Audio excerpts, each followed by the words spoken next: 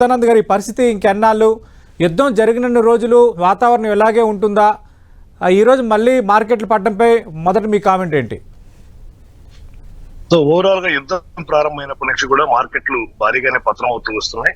2 రోజులు గ్యాప్ తర్వాత మార్కెట్లు మళ్ళీ ఈ రోజు ఓపెనింగ్ అయ్యాయి. సో మండే రోజు భారీ గ్యాప్ డౌన్ తో మార్కెట్ ఓపెన్ అయింది. ఆ తర్వాత తిరిగి పుంజుకునింది. ఒకనొక స్థాయిలో నిఫ్టీ 23,700 స్థాయిని పరీక్షించింది. అక్కడి నుంచి కూడా 24,000 స్థాయికి పైన క్లోజ్ అయింది. జనరల్ గా ఏంటంటే బిగ్ గ్రౌండ్ నెంబర్స్ అనేది సైకలాజికల్ గా మద్దతు పాయింట్స్ కింద ఉంటాయి. సో ఆ 24,000 స్థాయికి దిగుకు వెళ్ళినప్పుడు మార్కెట్లు మరింత పతనం అవుతాయనో ఒకనొక దశలో భయాన్ని కలిగించింది. తిరిగి 24,000 స్థాయిని నిలుపుకోవడం కొంత ఇండస్ట్రియల్ పాలిట వరం కింద చెప్పుకోవాలి. End of the day last కి వచ్చేసరికి ఏంటంటే కొన్ని టెక్నాలజీ స్టాక్స్ విప్రో కానివ్వండి, ఇలాంటివి, అలాగే ఫార్మా స్టాక్స్, రిలయన్స్, ఇవి పాజిటివ్ లో క్లోజ్ అయ్యాయి. సో నెగటివ్ లో క్లోజ్ అయిన స్టాక్స్ లో కూడా కొనుగోళ్ల మద్దతుతో కొంత నష్టాన్ని పూడ్చుకోగలిగాయి. ఎస్బీఐ కానివ్వండి, యాక్సిస్ బ్యాంక్ కానివ్వండి, ఐసిఐసిఐ బ్యాంక్ కానివ్వండి, ఇవన్నీ కూడా. సో దాంతో మార్కెట్లు కొంత రికవరీని చూపించాయి. ఇప్పుడు కీలకమైనటువంటి మద్దతు స్థాయికి పైన క్లోజ్ కావడం అనేది రేపు ఇంకా కూడా మనకి 24,200 స్థాయిని పరీక్షించేటువంటి అవకాశం ఉంటుంది.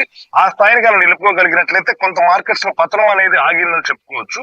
అయితే ఈ యుద్ధం నడుస్తున్నంత కాలం అటు ట్రంప్ గాని ఇటు ఇరాన్ గాని ఇచ్చేటువంటి స్టేట్మెంట్స్ ఏవైతే ఉన్నాయో అవి కీలకంగా సెంటిమెంట్ ని ప్రభావితం చేసేటువంటి అవకాశం ఉంటుంది.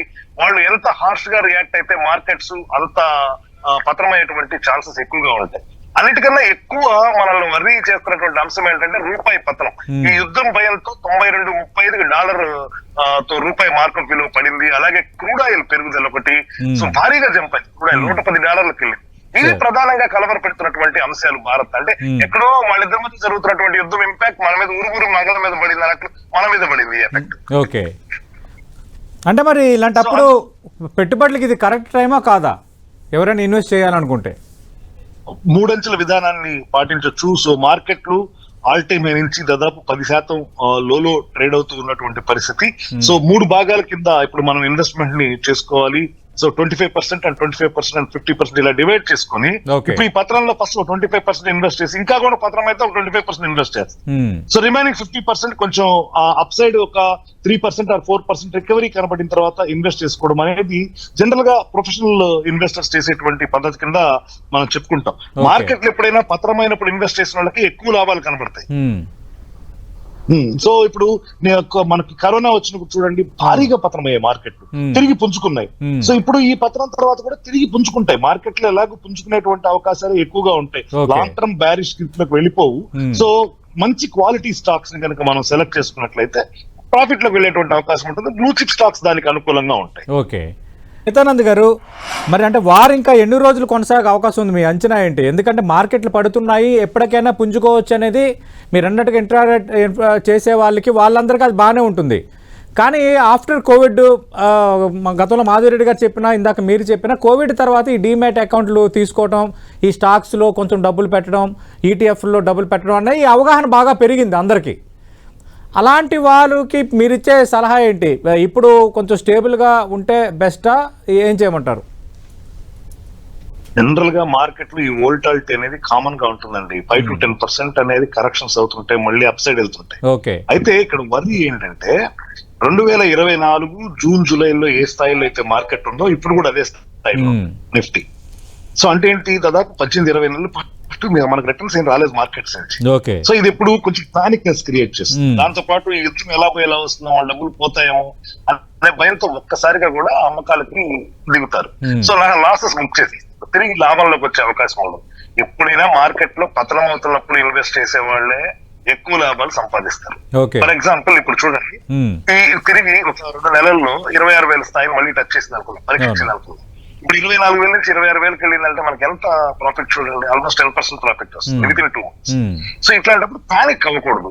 అలాగే మీరు చెప్పినట్టు రిస్క్ అప్పటైట్ అనే దాని బేస్ మీద ఎప్పుడైనా సరే అది ట్రేడింగ్ అయినా ఇన్వెస్టింగ్ అయినా ఆధారపడి ఉంటుంది. మీరు పెట్టిన అమౌంట్ పెద్ద రిస్క్ కాదు, మీ లైఫ్ స్టైల్ చేంజ్ కాదనుకోండి, మీరు అంత వరీ ఎవరు. అలా కాకుండా ఇది గ్యాంబ్లింగ్ లాగా తీసుకొని ఎక్కువ ఇన్వెస్ట్ చేసే వాళ్ళు కొంచెం ఇబ్బంది పడేటువంటి మాట వాస్తవం. రెండేంటంటే హెడ్జింగ్ తెలియాలి. సో ఇలా పతమవుతున్నప్పుడు పుట్స్ తీసుకోవడం, ముందుగానే పోర్ట్ఫోలియోస్ ని హెడ్ చేసుకోవడము, సో ఇలాంటివి కొన్ని డైవర్సిఫికేషన్స్, ఇలాంటి వాటి మీద అవగాహన లేకుండా ఏదో గంపగుత్తుగా ఒకే స్టాక్లు పట్టుకోవడం లేదా ఒక 4-5 స్టాక్లు పట్టుకోవడం, ట్రేడింగ్ ఆర్ ఇన్వెస్టింగ్ చేసే వాళ్ళకి కొంత ఇంపాక్ట్ ఉంటుంది. సో ఇది నిపుణుల సలహాలతో చేయాల్సింది. ఎట్లా అంటే ఇది కూడా సో నిపుణుల పర్యవేక్షణ చేయాల్సింది ఇన్వెస్ట్మెంట్స్ అనేది. ఓకే. సో హెల్త్ కేర్ అయితే మనం ఒక కన్సల్టెంట్ డాక్టర్ దగ్గరికి వెళ్ళి చేస్తాం. ఫైనాన్స్ కూడా అలానే కొంచెం నిపుణుల సలహాలు తీసుకొని చేయాల్సింది. అయితే నేను ఇచ్చే సలహా ఏంటంటే స్టే ఇన్వెస్టెడ్. ఇప్పుడు కూడా ఇన్వెస్ట్ చేయండి మార్కెట్స్ లో, తిరిగి పుంజుకునేటువంటి అవకాశం ఉంటుంది. ఈ 2 సంవత్సరాల్లో ఏదైతే గ్యాప్ వచ్చిందో ఆ గ్యాప్ ని మార్కెట్ అనేది తిరిగి మనకు ప్రాఫిట్స్ రూపంలో చెల్లిస్తుంది. సో ఇలాంటప్పుడు కూడా ధైర్యంగా ఉండాలి. కొంచెం పెట్టుబడులు మంచి స్టాక్స్ చూసుకొని, అంటే మీకు సో టెక్నికల్ గానే కాదు ఫండమెంటల్ గా కూడా స్ట్రాంగ్ గా ఉన్నటువంటి స్టాక్స్ ని బేస్ చేసుకొని చేయాలి. ఇక యుద్ధం ఎన్నాళ్ళు కొనసాగుతుంది అనేది, ఒక ఇరాన్ 6 నెలలైనా మేము యుద్ధం చేస్తాను అంటుంది, అమెరికా తగ్గే పరిస్థితి లేదు. ఇటువంటి సమయంలో ఇరాన్ తీసుకున్నటువంటి స్ట్రాటజీ ఏంటంటే డైరెక్ట్ గా అమెరికాని ఒక మిసైల్స్ తో కొట్టో లేకపోతే ఇంకోటి చేసో న్యూక్లియర్ వార్ చేసో గెలవలేనటువంటి పరిస్థితి. సో ఆయుధాలతో గెలవలేదు కాబట్టి ఆర్థికంగా గెలవడానికి వాళ్ళు ఇప్పుడు చుట్టుపక్కల దేశాల మీద మిసైల్స్ వదలడం కానీ, డ్రోన్స్ వదలడం కానీ, ఆ హార్మోన్స్ జలసంధిని మూయడం ద్వారా మేజర్ చైనా మీద కావచ్చు, ఇండియా మీద కావచ్చు, వీటన్నిటి మీద ఒత్తిడి క్రియేట్ చేయడం, తద్వారా అమెరికాను ఒక బ్యాక్ స్టెప్ తీసుకునేలా చేయడం, ప్రపంచ ఆర్థిక వ్యవస్థ అతలాకుతలం అవుతున్న వేళ ఇలా ఒక రకంగా పై చేయి సాధించడమో లేదా సంధికి ఒక మార్గాన్ని గ్రేస్ఫుల్ ఎగ్జిట్ కోసము ఇరాన్ ట్రై చేస్తుండడంలో మనకు ఎలాంటి సందేహం లేదు. ఆ వైపుగానే కొనసాగుతుంది. సో ఇది ఎంత త్వరగా ముగుస్తుంది అనే దాని మీదే మన మార్కెట్లు తిరిగి కోలుకోవడం కానీ, ఆర్థిక వ్యవస్థ తిరిగి పుంజుకోవడం కానీ, ఈ 2 కూడా ఉంటాయి. ఓకే. అంటే గీతానంద్ గారు, మనం తెలుసు స్టాక్ మార్కెట్లకి చమురు శాఖ కూడా ఒక కారణంగా కనిపిస్తోంది. ఈరోజు మనం చూస్తే ప్రధానంగా అంతర్జాతీయ మార్కెట్లో అటు బ్రెంట్ క్రూడ్ ఆయిల్ బ్యారెల్ ధర $100 దాటింది. దీని ఇంపాక్ట్ ఎలా ఉండబోతుంది ఎస్పెషల్లీ మన ఇండియాపై? మనకి ఇండియా పూర్తిగా దిగుమతుల మీద ఆధారపడి ఉంది ఆయిల్. సో ఎప్పుడైతే మనకు నిల్వలు కూడా తగ్గిపోతూ వస్తాయో, మనకి ఎప్పుడైతే సప్లై అనేది తగ్గిపోతా ఉందో ఆటోమేటిక్ గా ప్రైజెస్ పెరుగుతాయి. ఎప్పుడైతే ప్రైజెస్ పెరుగుతాయో ట్రాన్స్పోర్ట్ కాస్ట్ పెరుగుతుంది. రవాణా కాస్ట్ పెరగగానే మనకి మామూలుగా రెగ్యులర్ గా వాడే నిత్యావసర వస్తువుల దగ్గర నుంచి అన్నిటి మీద ధరల పెరుగుదల ప్రభావం పడుతుంది. దీంతో ద్రవ్యోల్బణం అనేది అదుపు తప్పుతుంది. సో ప్రధానంగా ఇది ఒకటి జరుగుతుంది. రెండవది ఏంటి, మనం డాలర్లో చెల్లింపులు చేస్తున్నప్పుడు ఒక పక్క రూపాయి పతనం అవుతా ఉంది, ఈ పక్క ఆయిల్ ధరలు పెరుగుతున్నాయి. ఇప్పుడు మనం ఏదైతే రూపాయలో మొన్నటి దాకా ఫర్ ఎగ్జాంపుల్ $84 పే చేస్తున్నాం, $100 $8,400 పే చేస్తాం. ఈ రోజు మళ్ళీ అదే $100 పెట్టాలంటే $9,400 $9,300 పే చేయాలి. అంటే $900 డెఫిసిట్ వస్తా ఉంది $100. అట్లా మనకు $1 బిలియన్ పేమెంట్స్ ఉన్నాయి. సో ఇప్పుడు ఇదంతా కూడా మన కరెంట్ అకౌంట్ లో డెఫిసిట్ చూపిస్తుంది. దీంతో మనం మన బడ్జెట్ ఏవైతే ప్లాన్స్ వేసుకున్నామో వాటన్నిటికి దూరంగా జరగాల్సి వస్తుంది. సో మనం ఏదైతే టార్గెట్స్ పెట్టుకుని ఉంటామో, మన జీడిపిలో ఇంత శాతం మాత్రమే మన ఆర్థిక లోటు ఉండాలి, ఇలాంటివన్నీ కూడా ఇంపాక్ట్ అవుతాయి. సో అందుకే యుద్ధం ఎంత ప్రొలాంగ్ అయితే భారతదేశం మీద అంత నెగటివ్ ప్రభావం ఉంటుంది. దాంతో మనకు మార్కెట్ లో అమ్మకాలు జరుగుతున్నాయి. రెండవది, ఎఫ్ఐఎస్ పెట్టుబడులు ఉపసంహరిస్తారు. ఎప్పుడైతే రూపాయి బలహీనపడుతుందో ఎఫ్ఐఎస్ పెట్టుబడులు ఉపసంహరిస్తారు. పెట్టుబడులు ఎఫ్ఐఎస్ సేల్స్ లోకి ఎప్పుడైతే నెట్ సెల్లర్ మారుతారో మార్కెట్ లో మరింత పతనం అవుతాయి. సో ఇవి ఇంపాక్ట్స్. వీటి వల్ల ఈ రోజు మన మార్కెట్స్ లో ఈ పానిక్ ప్లేస్ చూస్తున్నాం. ఓకే ఓకే గీతానంద్ గారు, గోల్డ్ సిల్వర్ పైన మీ అంచనా ఏంటి సార్? గోల్డ్ లో మనకి భారీ పతనాన్ని చూస్తాం, అంటే భారీ పెరుగుదల చూస్తాం, భారీ పతనాన్ని చూస్తాం. సిల్వర్ కూడా అంతే, దాదాపు ఒక రోజులోనే 1-2 రోజుల్లోనే మనకి 40% దాకా కరెక్షన్ చూస్తాం. తిరిగి కోలుకుంటున్నట్టు కనిపించిన ఈ యుద్ధంలో తిరిగి ఆల్ టైమ్ హైస్ అయితే చారలేదు. అంటే గోల్డ్ సిల్వర్ లో మనకి ఫ్యూయల్ అయిపోయింది. అంటే మనకి అప్ సైడ్ పొటెన్షియాలిటీ అనేది ప్రస్తుతానికి ఇంకా అంతగా కనిపించట్లేదు. కాబట్టి సో గోల్డ్ సిల్వర్ అంత సజెస్టబుల్ కాదు ఇప్పుడున్నటువంటి సిచ్యువేషన్స్. అంటే మరి భవిష్యత్తులో ఇంకా తగ్గుతాయా? సో గోల్డ్ ఏంటంటేనండి, ఇంతకుముందు మనం చూస్తే చరిత్రలో చాలా సార్లు భారీగా పెరిగి పతనమైన తర్వాత 5-6 సంవత్సరాల పాటు ఒకే ప్రైస్ దగ్గర కన్సాలిడేట్ అయ్యేటువంటి ప్యాటర్న్ ఉంటుంది గోల్డ్. సో ఇప్పుడు కూడా అదే ప్యాటర్న్ కంటిన్యూ అయ్యేటువంటి అవకాశం ఉంటుంది. కొంత యుద్ధం గనక ముగిసింది అంటే బాగా దిద్దుబాటుకు లోనేటువంటి అవకాశం ఉంటుంది. సిల్వర్ కావచ్చు, ఇది గోల్డ్. ఓకే మాధవిరెడ్డి గారు, మరి ఇలాంటప్పుడు ఇవేమీ కాకుండా కొంత సేఫ్ జోన్లో ఉండాలనుకుంటే ఆల్టర్నేటివ్స్ ఏంటి?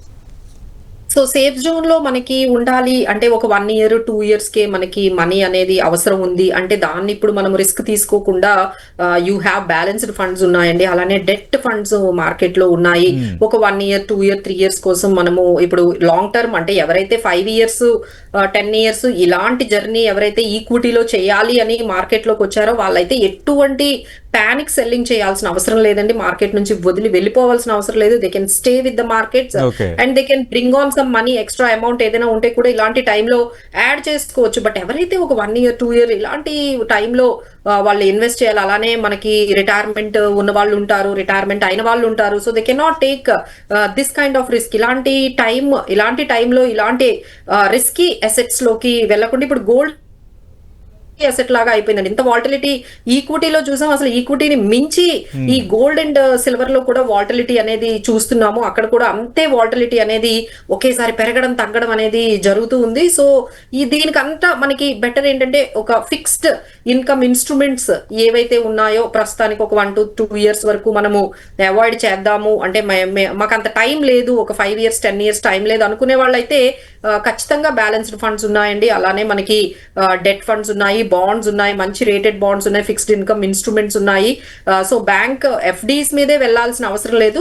దే కెన్ గెట్ అట్లీస్ట్ 8%, 9% అయితే వాళ్ళకి చక్కగా వాళ్ళకి రిటర్న్ అనేది వచ్చే అవకాశం ఉంటుంది. ఎక్కువగా గ్రీడీకి వెళ్లకుండా 8-9% తో వాళ్ళు వాళ్ళ మనీని మేనేజ్ చేసుకోవచ్చు. బట్ ఎవరికైతే లాంగ్ టర్మ్ గోల్స్ ఉన్నాయో, లైక్ పిల్లల హైయర్ ఎడ్యుకేషన్ కానీ, లేకపోతే వాళ్ళు ఆల్రెడీ 30s లో ఉన్నారు, రిటైర్మెంట్ ప్లానింగ్ లో ఉన్నారు అంటే మాత్రం they can continue with their SIPs లో వాళ్ళు కంటిన్యూ చేయొచ్చు. వాళ్ళ ఈక్విటీ పోర్ట్ఫోలియోస్ లో మళ్ళీ డైరెక్ట్ స్టాక్స్ లోకి వెళ్లకుండా ఇలాంటి టైంలో బెటర్. ఎందుకంటే ఇలాంటి టైంలో ఏమవుతుందంటే, నేను చాలా మందిని ఈ మధ్య క్లయింట్స్ ని చూసాను మేడం, రోజు ఈ పోర్ట్ఫోలియోని చూసి వాళ్ళకి ప్రెషర్ ఎక్కువ వచ్చేస్తుంది, బ్లడ్ ప్రెషర్ పెరిగిపోతుంది.